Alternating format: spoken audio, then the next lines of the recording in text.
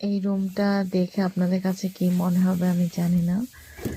আসলে এটা একটা লিভিং রুম, বাট এটা চেহারা দেখে মনে হচ্ছে যেখানে কোনো মানুষ থাকতে পারবে না। কাজ আমি বাংলাদেশে যাওয়ার সময় এই রুমটার চাবি আমার এক ফ্রেন্ডকে দিয়ে যাই।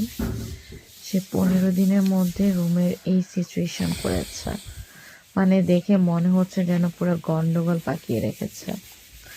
একটা রুমকে যে কিভাবে মেসি বানাইতে হয় তাকে না দেখলে আমি জীবনে ট্রাস্ট করতাম না।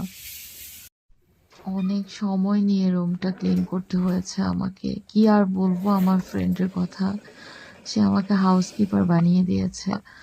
বাই দ্য ওয়ে, আসলে এখানে আমার থাকা হয় না, এটা হচ্ছে আমার অন্য ক্যাম্পাসের একটা রুম, যেটা শুধুমাত্র আমার নামে আর কি রয়েছে। বাট এখানে ইয়ারলি মেবি আমি 2 টাইম থেকেছিলাম আর কি। আর একটা রুম ক্লিন করার জন্য যে এত পরিমাণ স্কিলের দরকার হয়, এখানে না আসলে বুঝতেই পারতাম না। ধন্যবাদ তাকে যে আমাকে হচ্ছে এত সুন্দর অভিজ্ঞতা দিয়েছে।